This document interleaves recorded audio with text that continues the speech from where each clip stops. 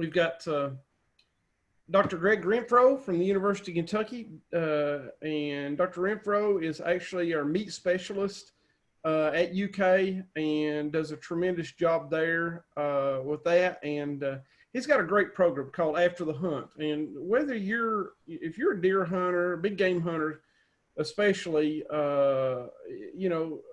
once you've harvested that animal, you've got a lot you need to think about. It's more than just loading it up in the pickup truck and taking it and showing your buddies and stuff like that. And even if you're taking it to a processor that you're not processing it yourself, there's a lot to think about. So that's some stuff that Greg's going to cover tonight in his program After the Hunt. So Gregg, I'm going to go ahead and turn it over to you. You should be able to share your screen. Thank you for coming.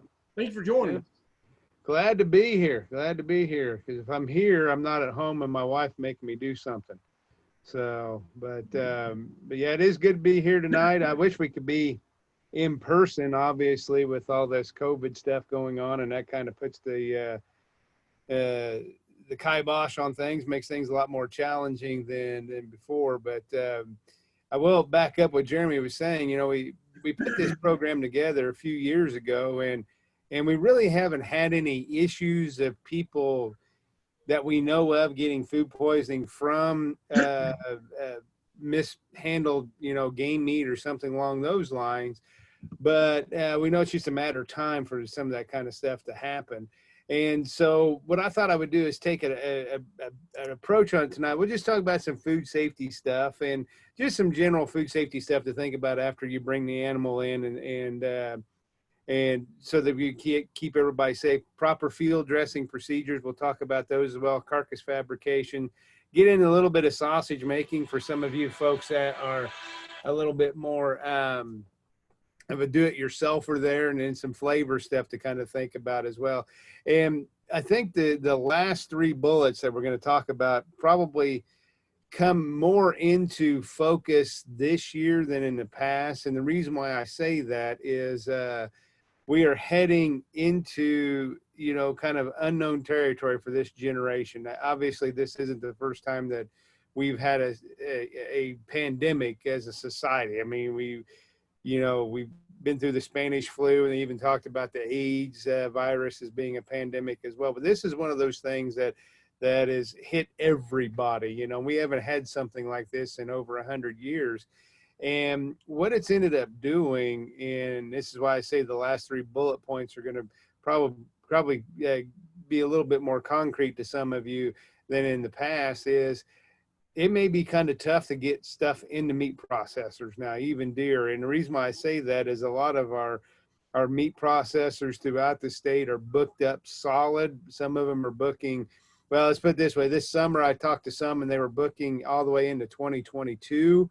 Some of that's backed off a little bit. I do a lot of work with some folks in Ohio. It's the same story there, same story in Indiana, same story in Illinois, Missouri, and everywhere else. I even mentor a professor up at the University of Maine, and they're doing the same thing. In fact, I had a meeting with some folks up at the University of Maine about a month and a half ago over increasing processing capacity in Maine. We've been having those meetings since June here in Kentucky, and now here we're having that in Maine as well.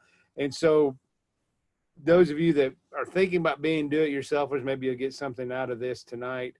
And you just remember that there's really no wrong or right way of doing this, and we'll probably reiterate that as we go on throughout the evening as well. But, I'll be honest with you, if I handle the beef carcass or a pork carcass or chicken, turkey, whatever domesticated livestock that goes in the grocery store, if I handle that animal the way some hunters handle their wild game kills, they would probably throw me in jail. All right. And we've seen that in the past where some CEOs are being prosecuted for some of these big grandiose food borne illness outbreaks that we have, or great big food recalls and so on and so forth. I would venture to say, everybody out there, even though we got a few people on the phone call, if you even asked other folks that are not on this Zoom call, have you ever had food poisoning? chances are you're going to come across somebody who has, and then you ask this follow-up question: have you ever had something you thought was a 24-hour flu? Maybe one of those kind of confusing times, should I walk into the bathroom or back into the bathroom type things. Chances are you have food poisoning. And if you stop and think about some of the most dangerous things you do in a day's time, we obviously think about, driving down the road and so on and so forth. But if you think about eating, especially if you do a lot of eating out at restaurants and so on, you're putting a lot of faith in people you don't know to handle things correctly so that you don't get sick. And the challenge we have with food poisoning is sometimes it is the last thing we ate. That's, usually the one meal that we blame, but a lot of times it can be something we ate 2-3 days ago, even a week ago, that can get us sick. So something to keep in mind as we go through this. And the reason why we want to spend a little bit of time talking about this food safety aspect of it is, if you look at the known diseases, we got 250 known diseases that can be transmitted through food.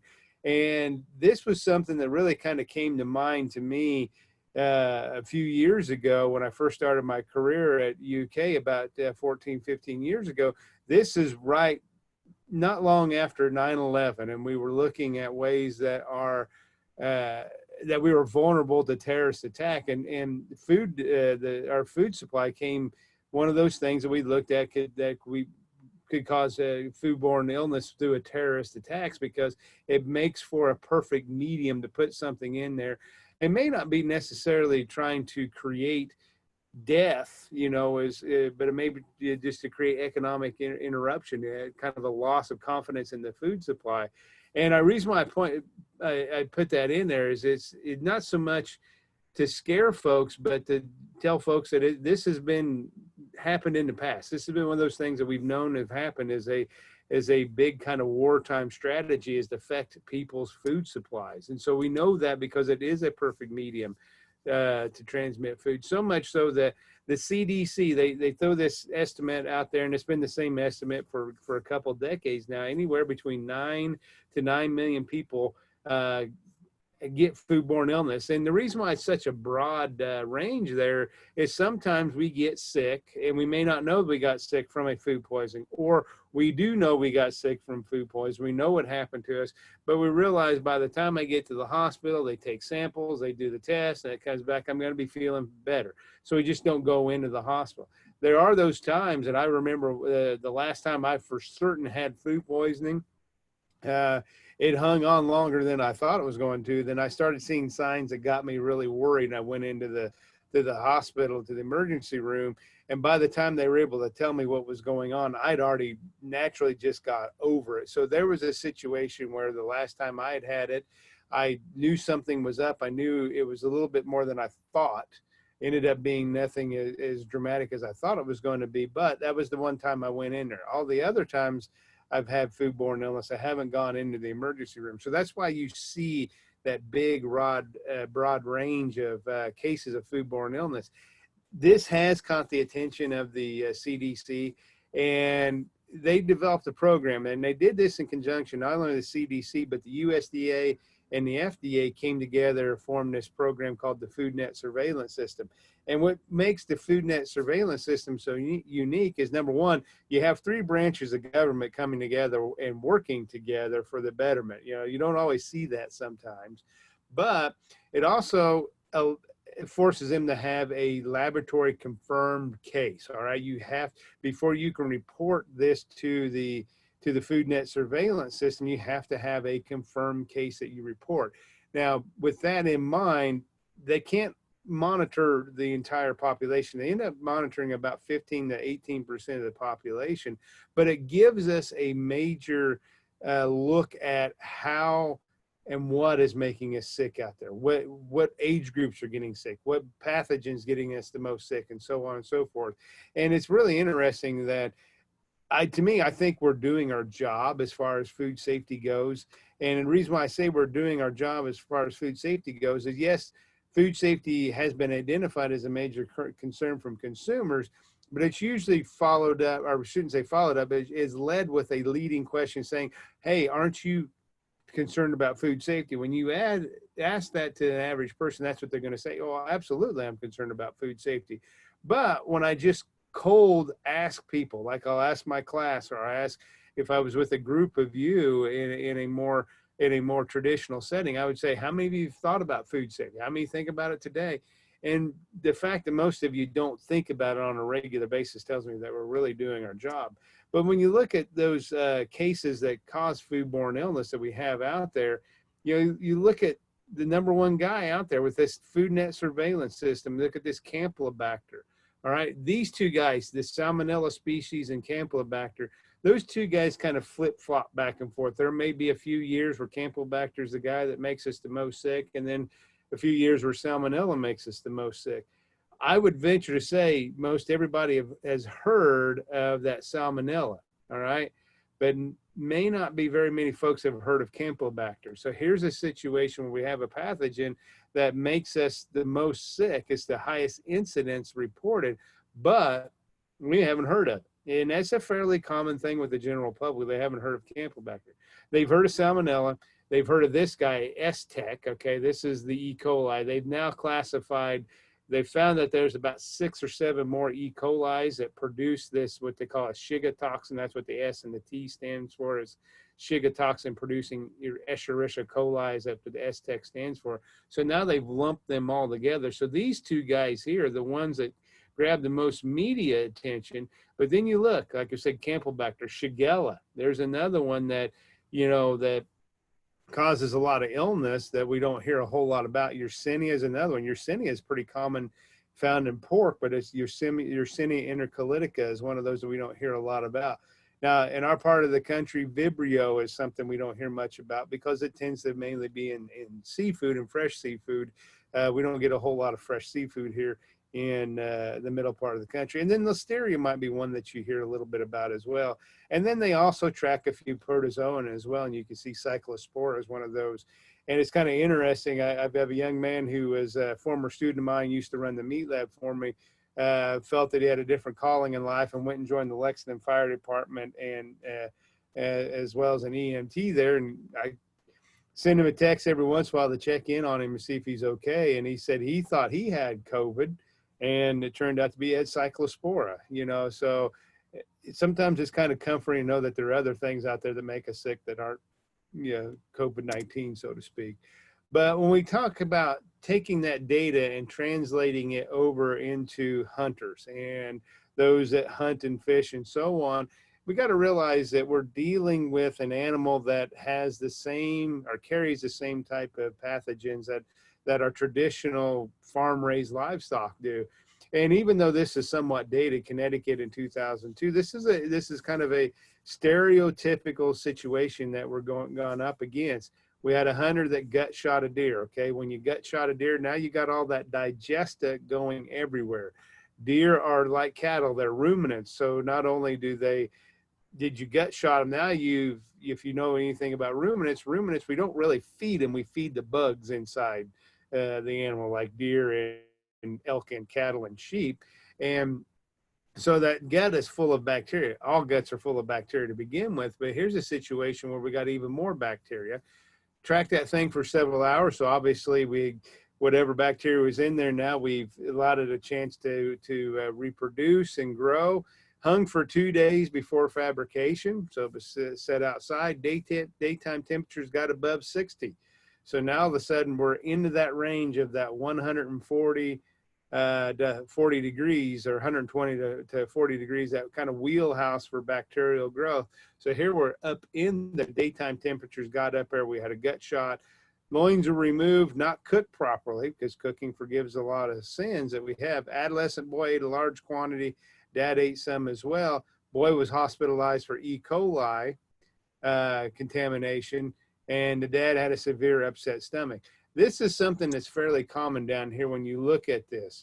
Most adults, when you hear the words E. coli, that, excuse me, sometimes strikes fear in people's hearts.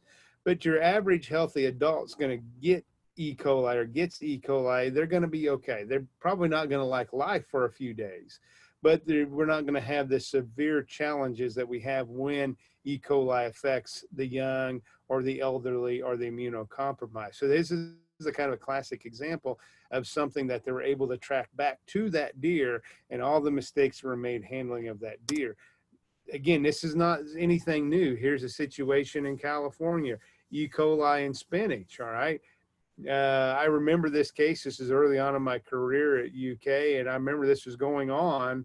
And of course, they were taking samples. They knew it was an E. coli. They were taking samples of all the cattle farms around here. And then finally, one day, figured out it was coming from wild pigs that were coming into the field and obviously eating and defecating and so on there. Oregon, the same thing. Here we had deer droppings in strawberries. I believe, if I remember the case correctly, it was one of those agritourism type places where people go out and pick their own strawberries. And we have, where I live here not here, I'm here in Lexington now, but where I live at home in Richmond, there's a pumpkin patch where people go out there and pick pumpkins. And so this is one of those cases where, could this have been solved by somebody properly washing the strawberries? Probably so, but sometimes you run into that as saying, well, I don't have to worry about it because this is local, this is natural, this is people I know, just as susceptible as anything else.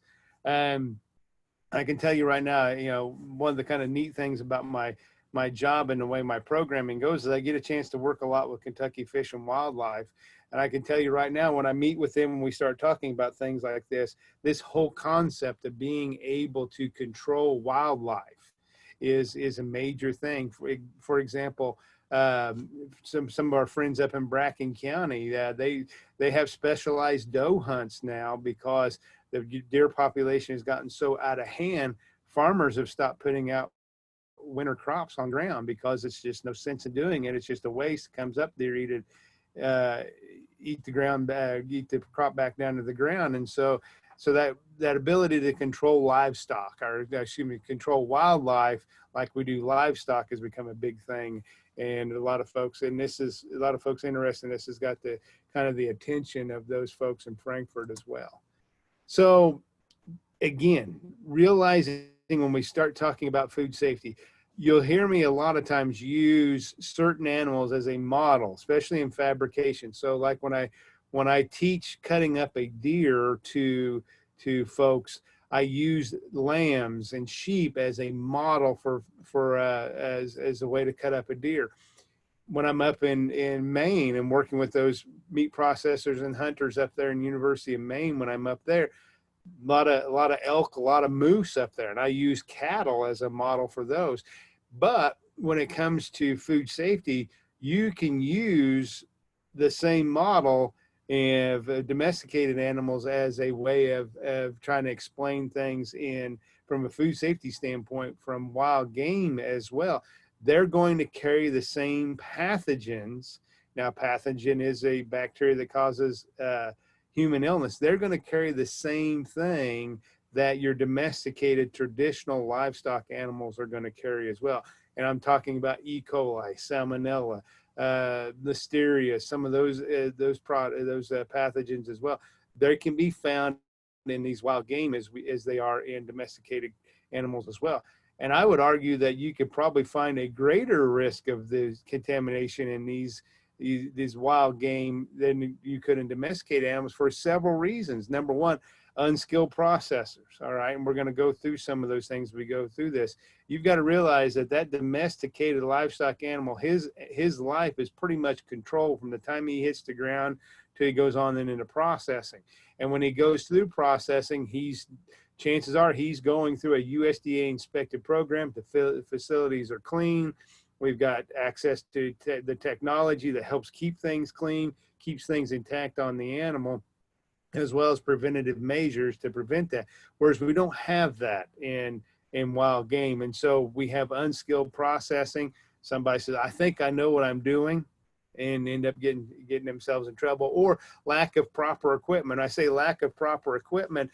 If you go downstairs in the meat lab where I'm at now, not a whole lot of difference between that and the surgical suite that you'd see over in the hospital that's behind me. Because everything has to be as clean as possible. Lack of proper equipment for a hunter may be the back of a pickup truck, or hang it from the end loader of a tractor, or hang it from a tree. And then all of a sudden you got every dog in the neighborhood coming around to see what you're doing as well. So that's what I'm talking about, lack of proper equipment and so on there. So there are some things we can do to protect ourselves. And I'm not trying to scare everybody, because somebody's saying, I don't know why you're preaching this. I've been hunting for years, never had any issues. But just some things to kind of keep in mind as you go through that. You're going to hear me start saying this over and over and over again. Yes, just because you're a hunter and you've gone out in the woods and you've taken an animal from the woods, you're still dealing with food. All right. These are food items. And I could go through, and I have done this in the past, of go through the individual pathogens that cause illness, and that just ends up scaring people to death. But we know this. We know what causes foodborne illness. We know eating spoiled food, eating something with a high bacterial load. Here are some signs of foodborne illness: headache, nausea, vomiting, abdominal cramps. Obviously, diarrhea is the main symptom that we see. But not all pathogens cause this, okay? Fever, not all pathogens cause fever. Not all pathogens are going to cause dizziness either, all right? And so we need to be careful of that, saying, okay, well, I don't think I got sick because I didn't throw up and I didn't have diarrhea. You still could have got sick from a pathogen, okay? So just things to keep in mind there. And in this day and age, you know, we need to be reminded that, again, there's other things out there that make us sick that don't involve COVID-19. All right. Now, this is always kind of fun to do this talk in your part of the country, in that southeast corner of the state, versus if I do this in the western part of the state. We got to talk about this guy right here. All right. Don't have very many of these guys in the western part of the state, although I was shocked to wake up one morning and my text message was lit up with what in the world is a black bear doing on campus at UK? Yeah, there was one that was on campus, and in fact, he was only a couple blocks from the meat lab. He was so close that I actually went down to make sure he didn't try to break into the off-all cooler that as outside access, because that, you know, obviously the smell, that kind of stuff would attract him. Even look for bear tracks around the meat lab because he was so close. All right. And so we're starting to see these guys in their territories get broader and broader and broader. Even where I'm from in central Illinois, my dad and my mother both sent me a picture of one that was running through my home county in central Illinois, a black bear. All right. So their territories are expanding. Now, obviously that was an outlier, but you know, even where I live in Madison County, every once in a while somebody says they've seen one or got pictures of one. But I do know, when talking to you folks in the eastern part of the state, in the southeastern part of the state, as one ag agent told me, black bear is just a 300-pound raccoon. And what he was getting at is they get into everything. They get into the trash. And so when they get into trash, like you see this guy right here, now all of a sudden we're dealing with a different type of pathogen, all right? And black bears are notorious for harboring this guy right here, trichinosis, the trichinosis, all right? These guys are something you need to be aware of if you're a bear hunter as well and you're eating bear meat. And basically what trichina is, it's a parasitic roundworm.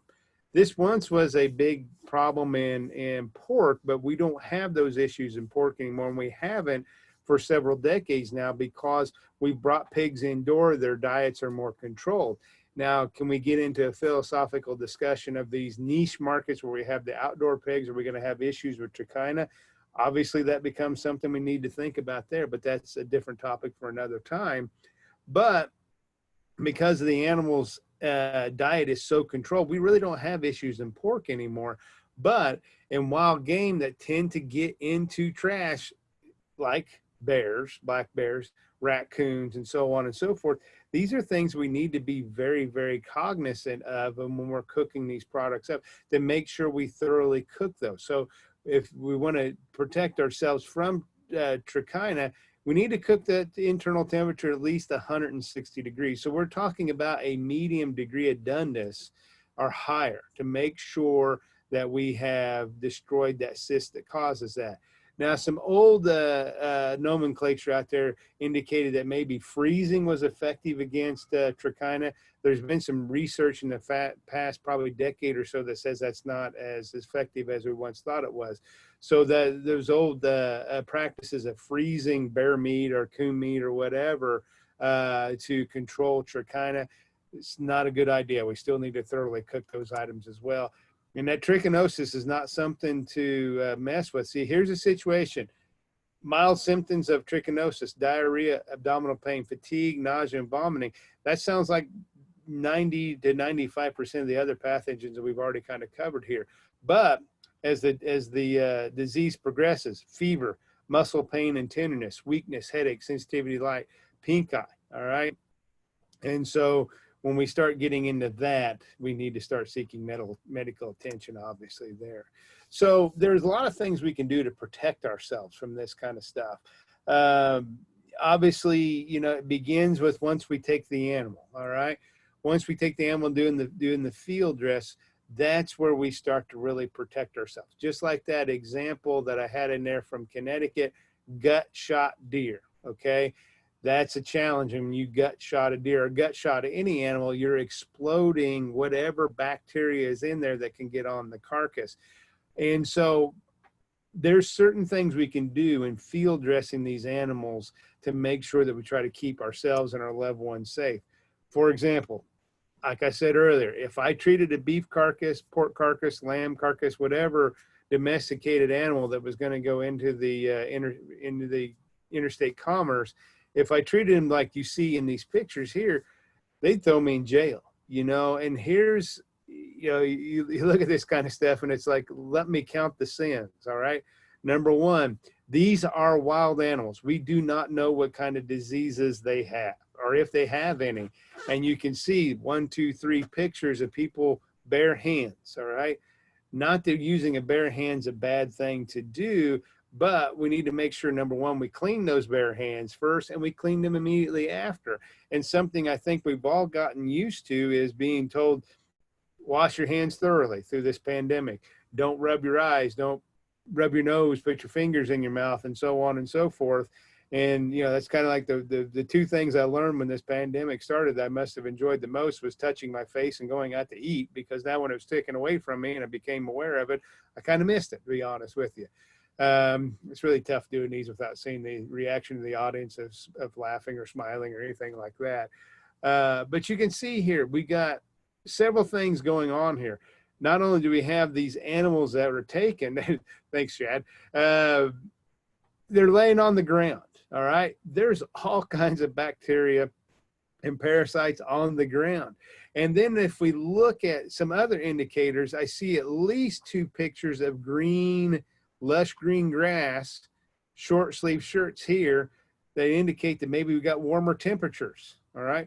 Obviously, bacteria like to grow in warm temperatures, all right? So there was a problem. Then you see the improper dressing procedure, the putting on the ground. We got leaves, we got filth, we got feathers all over the place. Here we got leaves on the inside of that animal, all right? And so, again, that field dressing, all that stuff to keep us safe, keep our loved ones safe, starts at that field dressing. And so, again, don't be like these guys, all right? If you don't have access to latex gloves to start the cleaning process of these guys, make sure you wash your hands before and immediately after. I'd even, you know, you're going to see me suggest people carry rubbing alcohol with them to not only sterilize their hands, but their equipment as well. Rubbing alcohol is taking on a whole new thing because of the hand sanitizer. That's basically just gelled alcohol. Oddly enough, I'm staring at a bottle of hand sanitizer in my office. It's 75% ethanol. When I use it, it smells like I'm rubbing myself with moonshine. All right. So not much difference between those two guys there, but we need to make sure that we're following proper dressing procedures as we go through this. Here's another thing to think about too. Here's where we've taken the animal, and if you look at these pictures, all right, pictures are worth 1,000 words. Look at this one up here. You see all these deer hanging up. It's a pretty cool sight to see here. All these deer taken and people standing around looking at them and everything. I see a couple things going on here. Number one, see how closely packed those deer are. They're trading heat back and forth. Especially if you look in the background, I see green grass, I see green trees. Yeah, granted, some of them are evergreen trees, but I don't see people wearing heavy winter coats. You got this young man back here, doesn't even have a jacket on. So that tells me we got warmer temperatures there. And so now we've got a situation where we've created an opportunity for bacteria and pathogens to grow. Here's a better situation, okay? Looks like it's a little cooler outside. We got leaves on the ground. The grass looks like it's dying a little bit more. So it looks like it's a little cooler outside. But again, we got this animal outside where anything and everything can come mess with it. The neighborhood dog, the family dog, anything can get in there. Here's another situation. They got the cold down pat. That's good. We need to be cognizant of what's going to be able to get to that animal, whether it be other predators or so on and so forth. And then you look up here, it looks like an ideal situation. All right. Looks like a meat processing facility. There's a couple things I notice here. We've got sausage hanging up here, and we got a guy spraying the ground underneath him. So whatever's on that ground now is being aerosoled and can get on these, I assume, and I hate to assume because I get on my students when they say assume, is this is ready to eat, meaning I'm not gonna cook it before I eat it. Then we got it so close to these guys, it looked like they came in from the field, you know, we got some physical distancing there, but probably not enough. So it makes me a little nervous. So again, you know, just things need to think about when you go through this. I can almost guarantee you right now, this guy didn't realize that spraying here from something that probably dropped off of these carcasses here can get aerosoled and get on these sausages. So something to think about when you go through this as well. I'm sure right now I'm probably scaring everybody to death. Things you're going to need to do the field dressing. Obviously, the rubber or latex gloves to protect your hands. A sharp knife, all right? Again, you see folding knives down here. Folding knives can be a challenge because, you know, filth and dirt can get inside that folding mechanism. So make sure if you have to use one of those that you clean it thoroughly. A saw with no rust on it here. This is, you know, kind of saw that helps you break through backbones. Clean potable water, rubbing alcohol to sanitize everything. Not only sanitize your hands and your gloves, but your equipment as well. Ice, because we got to keep things cold. Got to keep things cold as well. So field dressing. It's important to get the heat out, you know, especially when we talk about deer. Deer or elk in your area as well. They're ruminants, and so they've got these big fermentation vats inside them that are going to continue to produce heat, as well as not only there's those contents full of bacteria, they're going to be full of gas producing bacteria as well. And so now we got that gut expanding. So we need to get that heat out of there. And now we got to be careful when we take that guy out of there that we don't pop that gut. The best thing to do, and I think a lot of you have done this in the past, if you're a deer hunter, put the deer on his back. Gravity's going to work in your favor, and some of those internal organs are going to fall to the backbone of that animal. Carefully open up the midline. Now, I use this kind of finger V cut where you got your fingers and you're kind of guiding the knife through there. It takes a little bit of time to do that. We also use what I call the butcher cut, where I'm going to put the handle of the knife into the animal. Let's see if I got something like this in my desk. I don't know if you guys can see in the video there. So I got my knife, kind of get it to where you can see. I've got my hand right up against the blade there.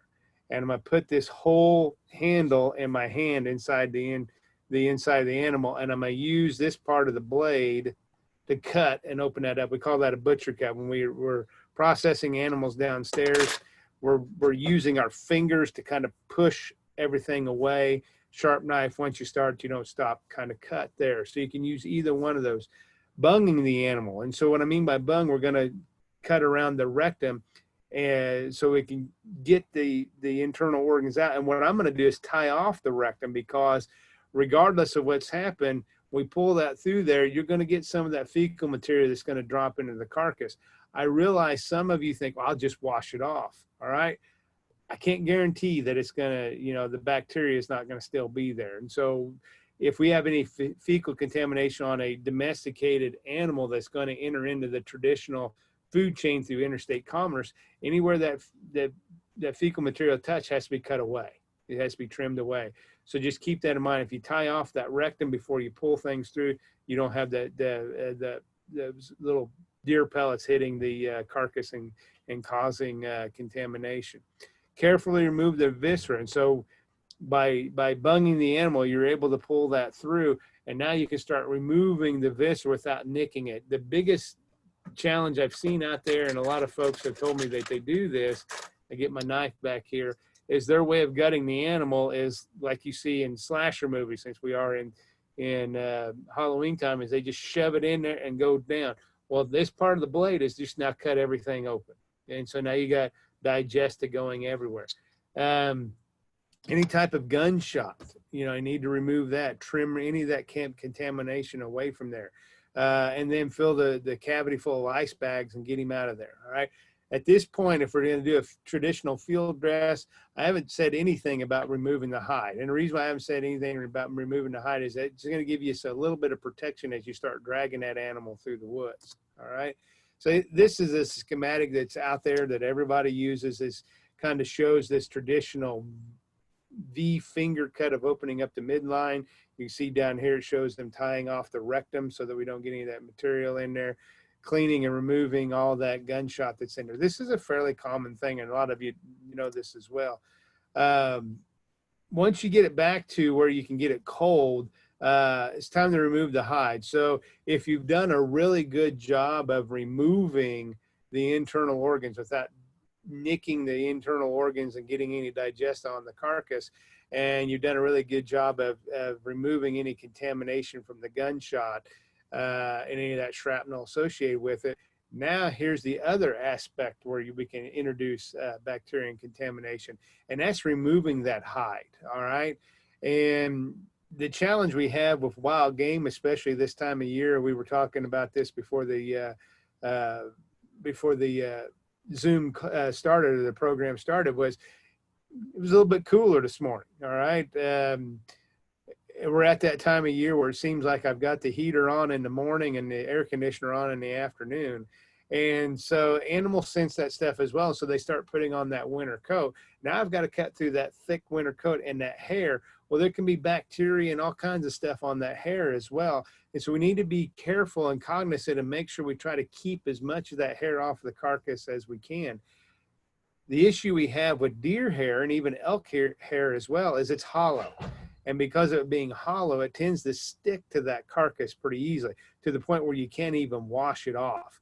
And I had a situation a couple of years ago where I had a neighbor went on a deer hunt, actually ended up shooting an extra deer that they weren't going to use, asked me if I wanted. I said, yeah, sure, I'll take it. I'll take it back to the lab and turn it into sausage. Well, he gave it to me.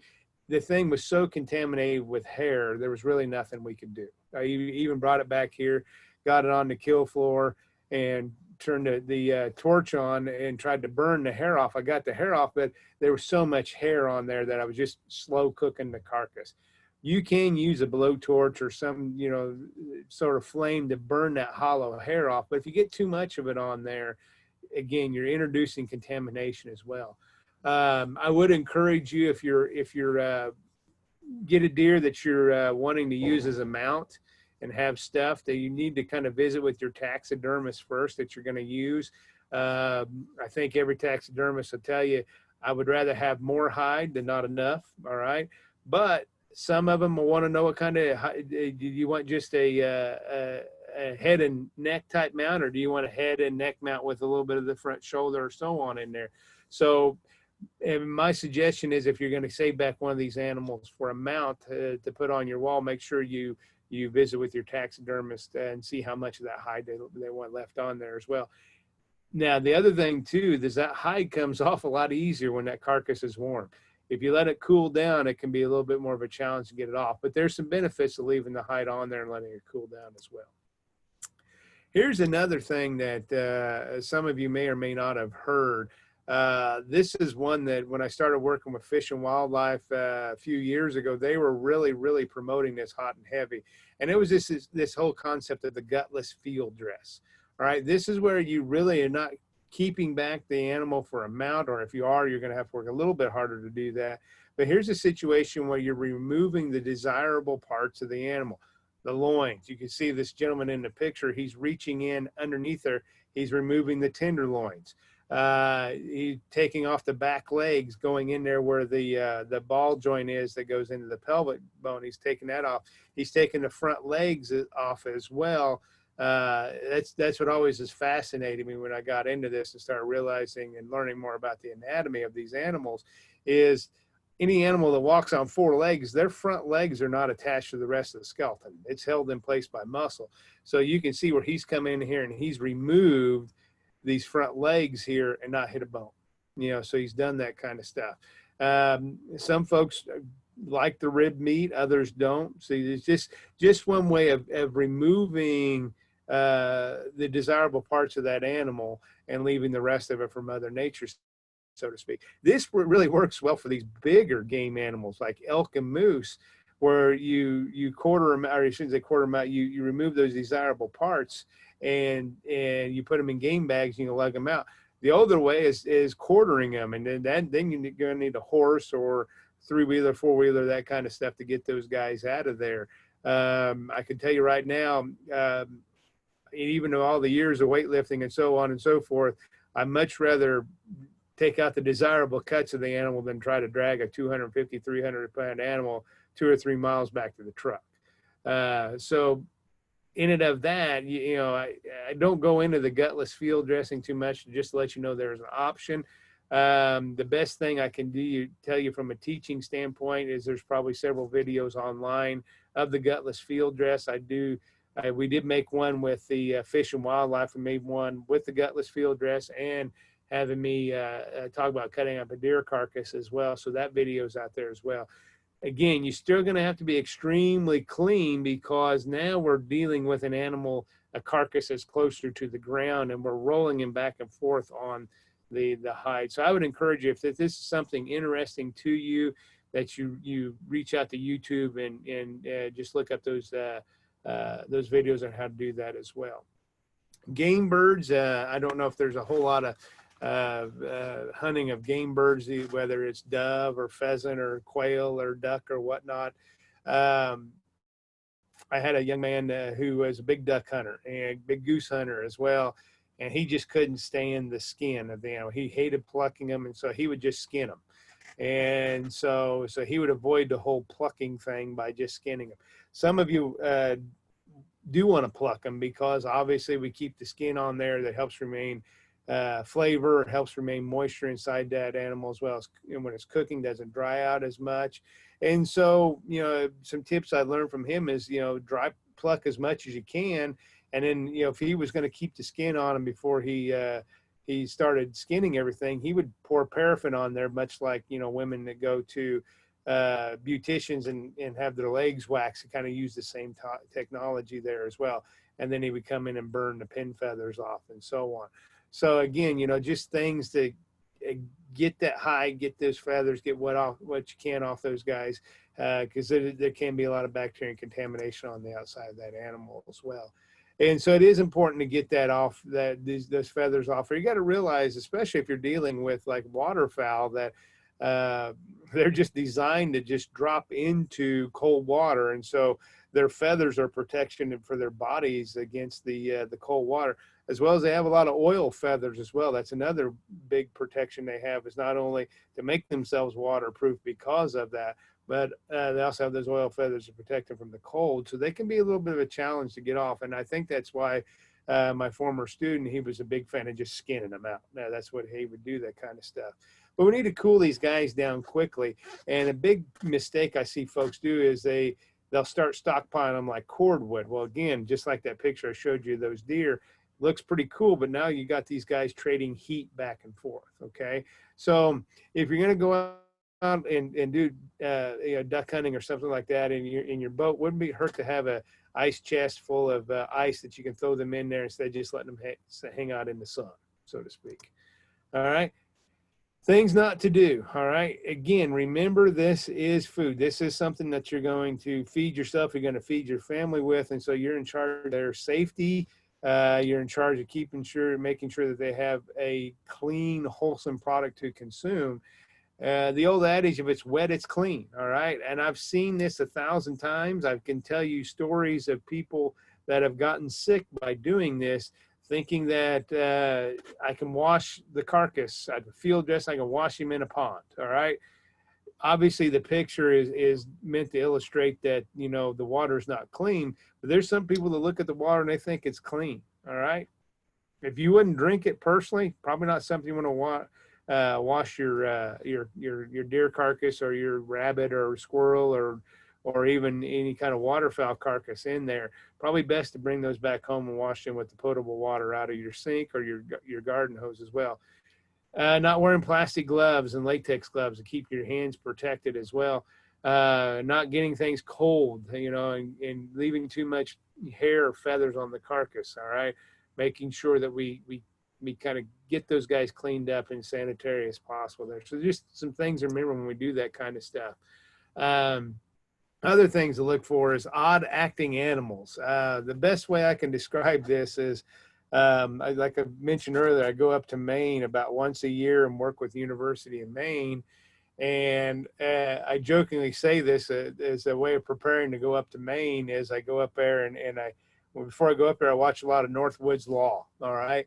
And so there was one show I watched where they had a moose that was running in circles. That's all he did was running circles. And they talked about it having some sort of brain disorder or brain disease. Oddly, that's an odd acting animal. All right. Most of you have been trained odd acting animal be something that has rabies or something along those lines. Obviously, you want to avoid that kind of stuff. If you get to field dressing this animal and you open him up and you're fairly confident you didn't nick the gut and it's got that foul smelling viscera. All right. Now, granted, they're all going to smell foul to some extent, but some of you have done this for a while, knows that if what is normal odd smell versus the really foul stuff, that can be an indication of there was an infection in that animal, heavy spots on the liver, flukes in the liver as well. I'm not a real big fan of consuming wild game organs, but some do, but just make sure you thoroughly inspect those as well. Here's a question. I haven't got any so far this year, but when I talk to my colleagues and friends over in Fish and Wildlife, is the lymph node question. All right, these little brown things are all over my carcass. I need to be concerned. And send me pictures just to make sure. Those are lymph nodes. All right, and so typically they're in that kind of brown color. Internal lymph nodes tend to be darker in color as well, and so just be aware that lymph nodes are common in there.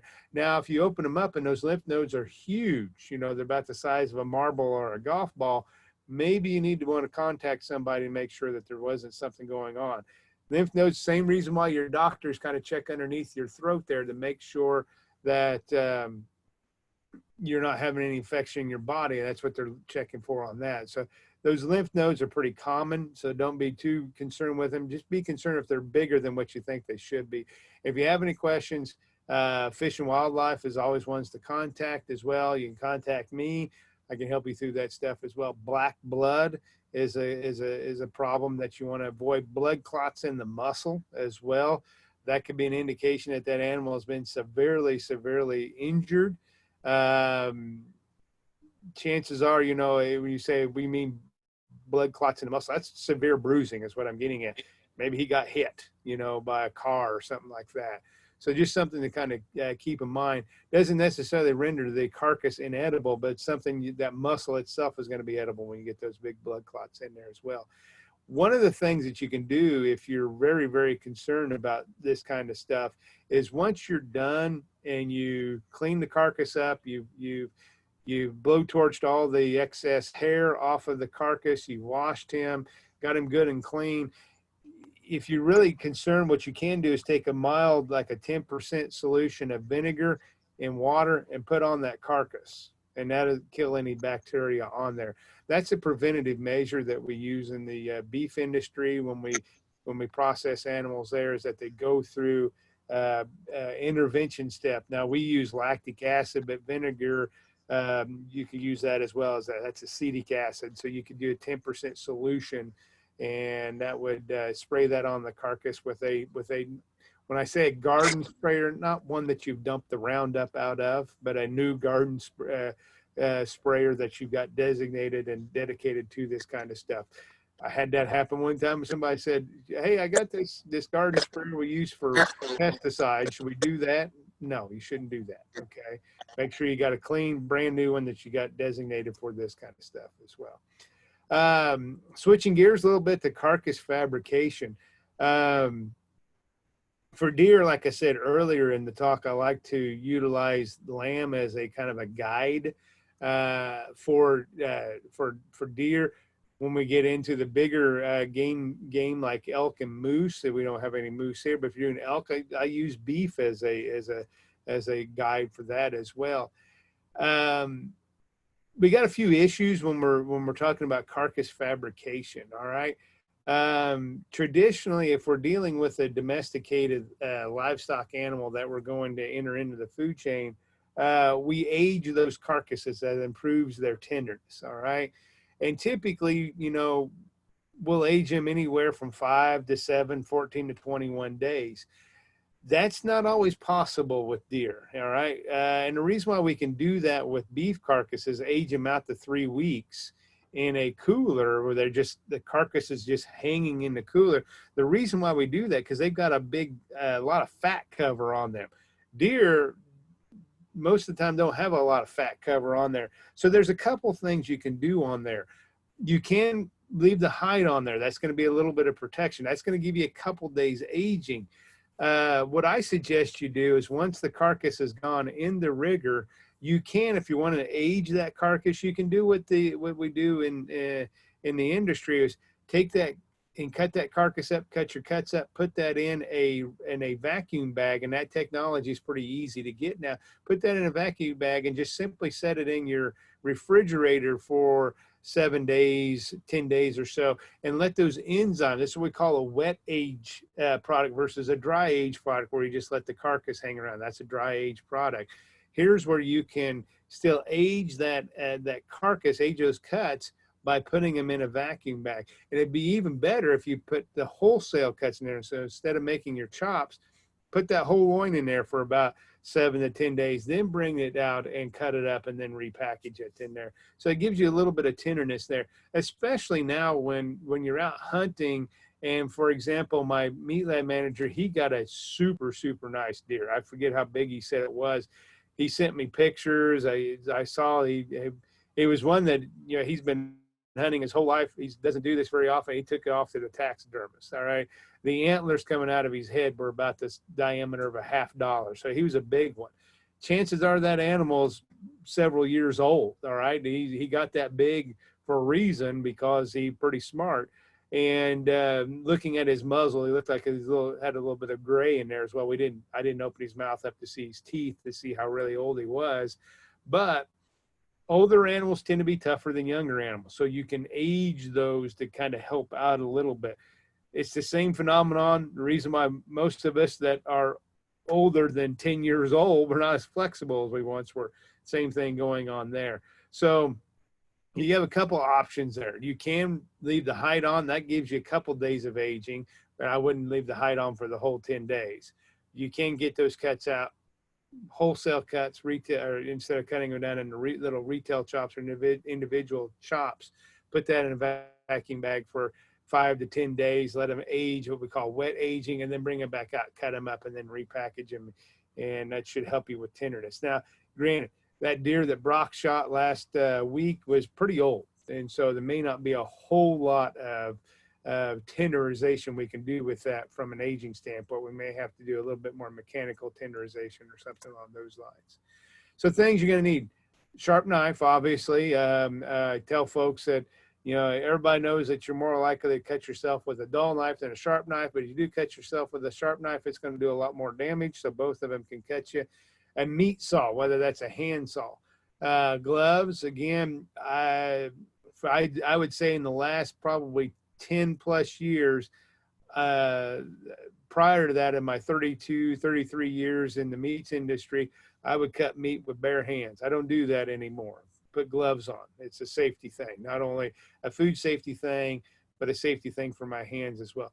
You're going to need plastic containers to put those in. You're going to need bags to put them in. You're going to need a cutting block, all right? A clean cutting block as well. And if you're going to get into the sausages, you're going to need a meat grinder as well to grind up those things. All right. Again, doing this home processing, you need to get as much of the hair off as you can. If you were my students in class, like I had this morning, you hear me say something 2 and 3 times, chances are it's going to be on the test. It's pretty important. Everything needs to be clean. You need to clean off the block tops and everything. You got to realize you're producing food. All right. Remember, as you're producing food. And don't beat yourself up and look at it and be overly intimidated. There's no right or wrong way to doing this kind of stuff. And in this day of YouTube, if you get really stuck and you don't know what to do, wouldn't hurt to just, go on YouTube and watch videos of how other people does it. You can find videos of me cutting up a deer that we did with Fish and Wildlife. That's a longer video, does both gutless field dressing and the cutting up of the deer carcass. But just because you see me do it a certain way doesn't mean that's the right way and that's the wrong way. Just my way of doing it. And sometimes I'll take processes from cattle and incorporate that in deer and lamb and a deer as well. And there's some cuts that I could show you that we utilize in beef that you can also utilize in deer as well. And I've got a young man who TAs for me. I'll brag on him a little bit there. He's one of the starting linemen for the football team. Great, big, huge deer hunter, huge outdoorsman, huge hunter in general. And there were some things I was able to show him where I took some of these new cuts I got from beef and translated that over into deer, and he's done it and loves it. Some of these new cuts. And so we can show you those kind of stuff as well. But there's really no right or wrong way of doing this kind of stuff. It's whatever you want to do.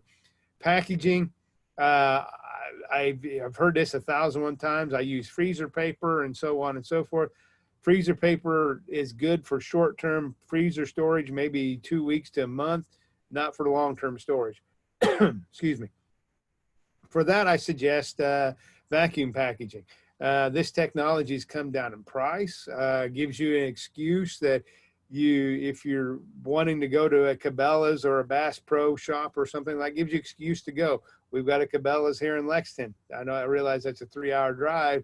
I believe Bristol might be the closest one to folks in Harlan County. There's a Bass Pro there as well. So it gives you an excuse to go there. They have these processing things for you there that you can buy without going online and going on Amazon. So here's a picture of a vacuum, small little kitchen vacuum. It's camouflage to fit into your theme and so on, that you can use to vacuum package your individual cuts, protects them from freezer burn. They can stay in the freezer a lot longer. And chances are the last package, if the freezer, last package out of the freezer of a vacuum packaged product is going to taste just like the first one out if the vacuum is intact. You can use Ziploc bags. Again, you're going to have to work to get as much of the air out as possible. They won't last as long in the freezer without freezer burning as the vacuum bags will. PVC overwrap that you see in grocery stores. PVC stands for polyvinyl chloride film.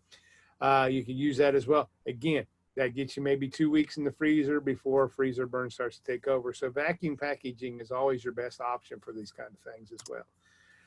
Sausage. I've heard a lot of people do this. They'll take the loins or the back straps, so they use deer hunter nomenclature, then everything else is turned into sausage.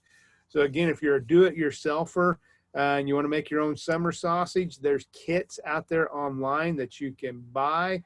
I caution you, if you're going to do this, that make sure that you follow the instructions to a T. And when I say follow the instructions to a T, if you're making summer sausage, some of these ingredients that we have in there, overuse of them can be dangerous. And I'm thinking of nitrites, all right?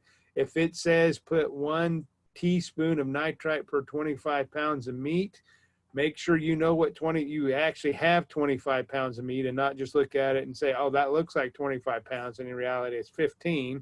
If it says 1 teaspoon, make sure you measure out a teaspoon and not think, well, I've seen this celebrity chefs on TV do this all the time. No, make sure you measure everything out. And these kits can be found online. Again, about a month ago or so, I was at the Cabela's here in Lexington, and they had these kits on sale as well. So you can do that. I just caution when you do this kind of stuff, make sure that you follow the ingredients or follow the instructions and use the ingredients to what the letter of the instructions tell you to do. Again, if it says to use the nitrites, I'm a big fan of using those. I realize you go online and some people say, don't use that stuff, it causes cancer. Trust me. The amount that you need to consume to cause cancer is almost humanly impossible. For example, the old adage that we use to teach our students, you have to, in order to get cancer from nitrite, you have to eat 40 pounds of bacon every day for the next 40 years. And I can guarantee if you're eating 40 pounds of bacon, you're going to die of something long before the nitrite gets you to cause cancer. So, so just use and follow those instructions to the T as well. And other things that you're going to need if you're going to do your sausage, a lot of them like to make summer sausage or snack sticks. Again, use those instructions. You're going to need a grinder. You're going to need a scale. So if it says 25 pounds, that you actually measure out 25 pounds. A large tub for mixing. Again, some of those tubs that we use downstairs, they weigh 3 pounds. So you got to tear that out of there so you actually get 3 pounds or 25 pounds of product in that tub. You're going to need sausage casing, seasonings. You're going to need a smokehouse, all right?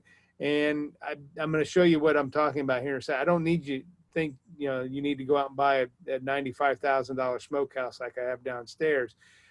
Deer, elk, any of that stuff is notoriously trimmed. They don't have a whole lot of fat on them. So you're going to need some fatty pork to add to it. A lot of people will add pork Boston butts in there. They're about 50 to 40% fat in there. That gives you enough fat in there, gives you a little bit of pork in there flavor as well.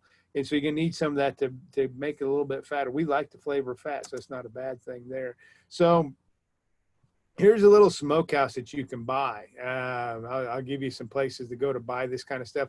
Oddly enough, I was in Sam's not too long ago, and they were selling something similar to this, okay? So you don't have to go out and buy a big, grandiose 600-pound capacity smokehouse that's going to cost you an arm and a leg. Here's that vacuum packager intact. You can get these casings online. A little bitty KitchenAid grinder, you can use that as well. Here's a scale. So none of this is too difficult to find, especially nowadays with what you can get online. So you can find this stuff. Again, I'm going to harp on this again, all right? Keep the hair off the carcass. I've harped on that. This nitrite stuff, if you're into making your own summer sausage out of your deer, which is a common thing, or snack sticks out of your deer, please use this stuff. The reason why we started adding nitrites to cured meat products is this guy right here, Clostridium botulinum. This is the pathogen that causes botulism. This is one of the most deadly toxins known to man. And so you need to make sure that you're using this stuff and use it in proper amounts, because a little bit of it works perfect. Too much of it can be harmful to health, all right? And so make sure you use it according to manufacturer's guidelines, all right? If they supply it, use that. If you go out and buy some, make sure you're using the right stuff and use what the manufacturer tells you to do. Most of us use a product called Prague powder, which only contains 6.25% of this nitrite in there, all right? Some folks will go out and buy pure nitrite. That's a little bit harder to find, all right? But if I'm using pure nitrite versus Prague powder, which only contains 6.25%, or Instacure 1 or Instacure 2, there's the two other products out there, you're going to have to adjust for that kind of stuff. Most folks, especially when I was in grad school in Missouri, if they made summer sausage, they wanted it that jalapeno cheddar summer sausage. It's always good to use dried jalapenos in your summer sausage. Why dried jalapenos? Because fresh jalapenos or pickled jalapenos, the pH is way too acidic, and your sausage is not going to, I didn't mean to do that, guys. Your sausage is not going to bind together, okay? And so you need to make sure you use dried jalapenos. If you're going to add cheese to it, please don't go to the local grocery store and buy cheese there. You're going to have to go online and buy a high temperature cheese. And the reason why I want you to buy a high temperature cheese, you can see in this picture here how you can see each individual piece of cheddar cheese or whatever type of cheese that is in there. We eat with our eyes, so I want to see that cheese in there. The other problem I have with over-the-counter traditional store-bought cheese that we all use every day is once it melts and then re-solidifies, it gets a very sour flavor to it, all right? And you can have fun with these cheeses because they make a high temperature cheddar, a high temperature pepper jack, high temperature habanero jack, high temperature Swiss. So you can buy any of those cheeses that are high temperature. and it's going to be what you need in there as well. And so if you're going to go down that route of making those jalapeno and cheddar type sausages, make sure you use the dried jalapenos and the high temperature cheese as well. So where do I find this stuff? This first website right here, the sausagemaker.com. This is a website. This is a company designed for the do-it-yourselfer like you guys. Not only does it have your do-it-yourselfer sausage making stuff and do-it-yourselfer butcher stuff there, but it also has things like making your own sauerkraut and making, cherry stoners and things like that. So it's designed for people that are looking into canning and that kind of stuff as well. You can also go to askthemeatman.com. That's another place where you can go. I like Sausage Maker better than I do Ask the Meat Man, or even Midwestern Research or MidwesternResearch.com. This is a little bit of step above your do-it-yourselfer, so the equipment's going to be a little bit more expensive, but it's designed for somebody a little bit higher up than your average. I'm going to hunt and process my own deer type stuff. And of course, you can go to the two mainstays of Cabela's and Bass Pro for that stuff as well. So all this stuff, grinders, knives, little smokehouses like I saw there, sausage casings, scales, and so on and so forth, you can find in these places right here. Like again, I recommend not only your traditional stores down there of Cabela's and Bass Pro, but I also recommend sausagemaker.com. But these others can be just as good as well. Culinary fun with game meat will end here as well. Fat has a huge influence on flavor. However, all right, with that being said, I have talked to some folks out there that love the flavor of deer fat. All right. Others cannot stand it, so you have to remove every bit of it. Otherwise, it's not edible. To me, I think that probably goes back to what the deer has been eating or the animal has been eating. Where I grew up in Illinois, I remember my grandfather when I was a kid say, well, we donate the first 10 to 15 rows to wildlife. All right. So they got into the crops and they would eat the beans and the corns and so on and so forth. That's why in central Illinois, it's not uncommon to find a 300+ pound buck deer because they've got in there, they've got access to better diet. Whereas in some of our rural counties in this state, we don't have big row crop agriculture, so they're forage based. And so animals are going to taste a lot like what they've been eating. So I've been always kind of curious if these folks that tell me, oh, I don't eat deer fat, is probably maybe they're from an area where they don't have a lot of row crops that get in there. And so just keep in mind that those animals are going to taste a lot like what they've been eating. And the thing is, we can have fun with that flavor as well. We know that if we caramelize the surface of those guys, meaning I'm going to put that steak on that heat source and get that nice brown caramelization of the proteins before I add my seasoning, that's going to layer in those flavors as well. Or marinades, all right? Marinades are a good one. Now, keep in mind, there's two types of marinades out there. There's marinades that are designed to add flavor, and there's marinades that are designed to tenderize. If you have a marinade that says marinate for a half an hour, those are flavor marinades. If it's a marinade designed or in there that says marinate for 24 hours on the label, that's one that's designed to tenderize things as well. So if you do get those older elk and those older deer, maybe a tenderizing marinade is the way you want to go on that kind of stuff. But again, everybody's got an old family recipe for whatever product they're wanting to cook up and so on and so forth that everybody enjoys as well. And with that, just to kind of conclude things, we don't always think about food safety when it comes to hunting and wild game and so on and so forth, but it is still a very important aspect of it. It is also one of those things where we are dealing with wild animals that tend to roam and get into things they shouldn't have, like the bear with the garbage and so on and so forth. I had a student a few years ago shot a black bear. I don't know where she shot it at, but gave me a package of sausage. It was really good. But again, made sure that fresh sausage was thoroughly cooked because I knew what bear can get into. And so with that, I'm going to stop sharing my screen so I can see everybody and see if there's any questions out there. Great, good. Anybody awake? Great information. Anybody have questions? Sir. I will add that down in the chat pod, I I dropped some a link in there to some deer recipes, venison recipes that were developed by the University of Kentucky. So those are some great recipes. So make sure you copy that. I'll give you a plug because I was part of the team to help develop those. We got new ones coming out too. Yes. There's new ones coming out soon. So from what I understand, I have actually tried the raccoon. Oh, really? And I've also tried the raccoon and the beaver recipe. Both those recipes, and they were great. Yeah. It's interesting the women that developed those and the group that developed those. I don't think any of them. I think their definition of hunting is looking for the TV remote, and so getting into some of this stuff that they were developing recipes for was a bit of a challenge for them. We sat in those meetings there, so definitely those two recipes that I tried, they were wonderful. Yeah, definitely.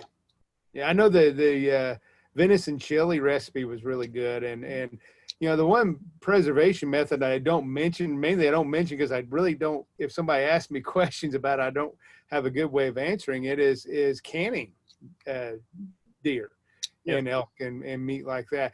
Now I say canning the traditional where you put the screw top on there, not the canning where you put it in there and pour the fat on top of it. I don't recommend that. The other type of canning is okay. Well, definitely great information this evening. We appreciate you logging on and being with us for the last hour. My pleasure. My pleasure. Like I said, if I'm here, I'm not at home. My wife making me take out the trash and this, that, and that. All right, good deal. Well, Greg, thank you. Phil, do you want to talk a little bit about while we have you online? I know you've been in and out. You want to talk a little bit about Thursday night? We're going to kind of expand on tonight. Thursday evening we're going to have Mike McCarron. He's with the Isaac Walton League of Virginia. I think he's actually based in Williamsburg, Virginia, and he's going to walk us through the process of processing a deer after the harvest, to efficiently and quickly. Good deal. Shad, you want to add anything? I hope everybody is successful this year in getting a deer. Definitely. Well, Greg, thank you so much for joining us this evening. We really appreciate the information.